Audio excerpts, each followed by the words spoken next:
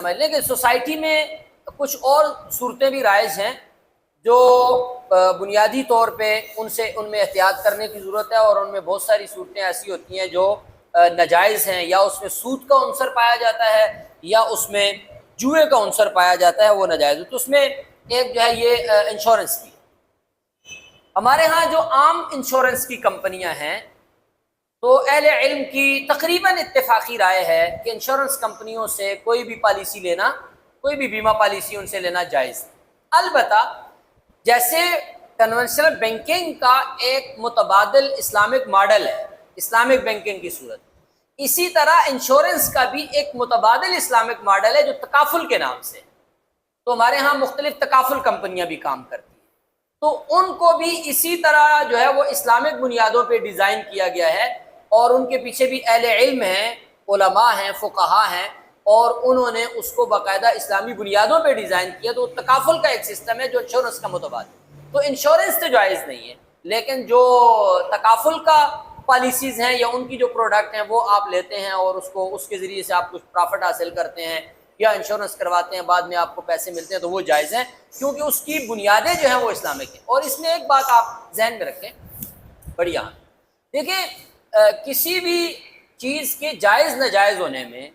ایک بڑا جو عمل دخل ہوتا ہے وہ اس کے ایگریمنٹ کے جو اصول ہیں ان کے اوپر ہوتا ہے، ایگریمنٹ کے جو اصول ہوتے ہیں اس کے اوپر ہوتے ہیں۔ دیکھیں نکاح جو ہے، نکاح یہ بھی ایک ایگریمنٹ ہے، اس کے متبادل میں ایک ناجائز ایگریمنٹ ہے تو وہ بھی ایک ایگریمنٹ ہوتا ہے، وہ بھی دو لوگ آپس میں معاہدہ کرتے ہیں، نکاح میں بھی معاہدہ کرتے ہیں، لیکن نکاح کے الفاظ، نکاح میں جو شرائط ہیں ان کی رعایت رکھنے سے یہ ایگریمنٹ جائز ہو جاتا ہے، اس کے بعد آپ کے لیے بہت ساری چیزیں، بہت سارے نفع جائز ہو جاتے ہیں۔ اسی کے دوسری طرف آپ چلے جاتے ہیں تو ایک دوسرا ایگریمنٹ ہے، وہ بھی ایگریمنٹ کے ذریعے اس میں بھی پیسے طے ہوتے ہیں، اس میں بھی معاملات طے ہوتے ہیں، اس کی بھی شرائط ہوتی ہیں، لیکن وہ بالکل ناجائز ہوتا ہے۔ تو ایگریمنٹ کے الفاظ بعض اوقات اور ایگریمنٹ کا طریقہ کار، اس کی شرائط، وہ کسی چیز کے جائز ناجائز ہونے میں بنیادی حیثیت رکھتی ہے۔ تو بنیادی طور پہ جو اہل علم اسلامک بینکنگ یا انشورنس کے متبادل تکافل کے نظام کو جائز قرار دیتے ہیں، اس کی بنیادی وجہ ان کا جو ایگریمنٹ ہے، اس ایگریمنٹ میں جو شرائط طے کی گئی ہیں، جن بنیادوں پہ اس کو ڈیزائن کیا گیا ہے، وہ بنیادیں اسلامی جو قانون ہے شریعت کا اس کے مطابق، اور جو کنونشنل بینک ہیں ان میں بھی ایگریمنٹس ہیں، لیکن وہ سیدھے سیدھے ہیں کہ آپ اتنا پیسے ہمارے پاس رکھیں گے آپ کو اس پر اتنا انٹرسٹ مل جائے گا، ظاہر ہے وہاں پہ تو کوئی اسلامک ماڈل نہیں ہے، اس وجہ سے ان کا ایگریمنٹ جو ہے وہ سیدھا سیدھا ناجائز ہے۔ اسی طرح انشورنس کا بھی جو بیمہ پالیسیاں ہیں مختلف انشورنس کمپنیوں کی، ان کا بھی یہی مسئلہ ہے کہ ان میں بہت ساری چیزیں جو ہے وہ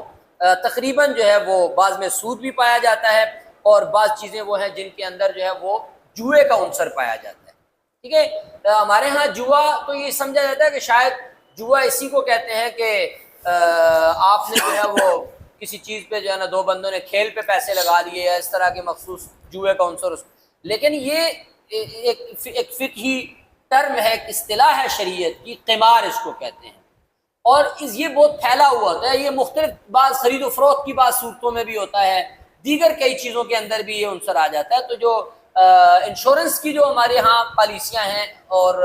جو اسلامک ماڈل پہ نہیں ہیں، ان کے اندر جوئے کا عنصر بھی بعض جگہوں پہ، بعض ان کی جو پروڈکٹس ہیں ان کے اندر جوئے کا عنصر بھی پایا جاتا ہے۔